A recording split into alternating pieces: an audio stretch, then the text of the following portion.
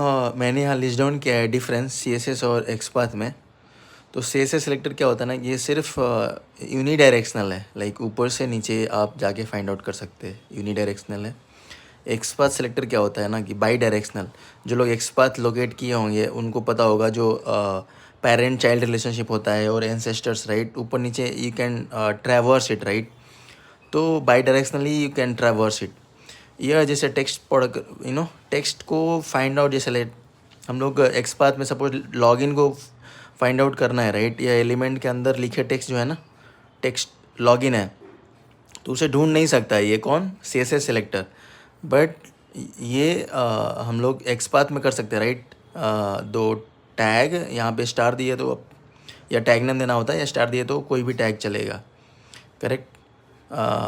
ये तो सिंटेक्स होता है हमारा XPath का, right. Text is equal to login, तो will able to find out, ठीक है। तो ये मतलब डीपली जा करके चीज़ें को फाइंड आउट करता है, ये हाई लेवल ही फाइंड आउट चीज़ें को फाइंड आउट करता है, इसलिए ये स्पीड इसका ज़्यादा होता है, तेज़ होता है और लेस फ्लेक्सिबल होता है, राइट।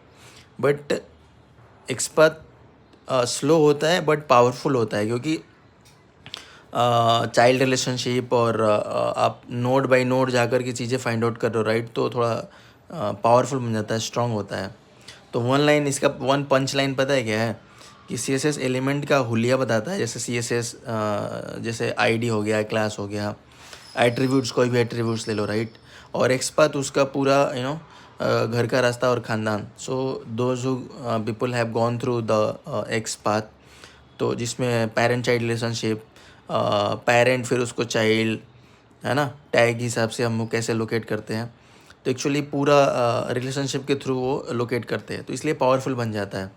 क्योंकि पेरेंट, फिर अगर चाइल्ड को लोकेट करना है तो पेरेंट देन चाइल्ड, अगर पेरेंट को लोकेट करना है तो चाइल्ड से फिर पेरेंट को हम लोग ट्रैवर्स करते हैं, या तो पेरेंट से चाइल्ड करते हैं जब चाइल्ड को करना है, राइट। और एंसेस्टर्स को भी करते हैं, तो उस हिसाब से एक रिलेशनशिप ऐड करते हुए जाते हैं, तो अच्छे से वो हम लोकेट कर पाते हैं उस टारगेट एलिमेंट को। और श्योर वो फेल नहीं होता है जब हम रन करते हैं ऑटोमेशन स्क्रिप्ट, करेक्ट। तो ये मैं थोड़ा सा लेमैन वर्ड में समझाया है हिंदी में।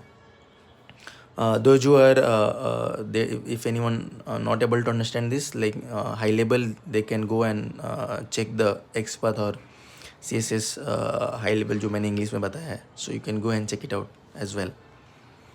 तो हाई लेवल यही अगर देखें तो ये चीज़ है दोनों में डिफरेंस, ओके। ये स्लो है बट ये फास्ट और रोबस्ट होता है, सॉरी, ये स्लो है, ये फास्ट होता है। CSS हमेशा फास्ट आता है। ये इंटरव्यू क्वेश्चंस में भी पूछते हैं वो लोग, इंटरव्यू क्वेश्चन में भी आता है ये चीज़ें।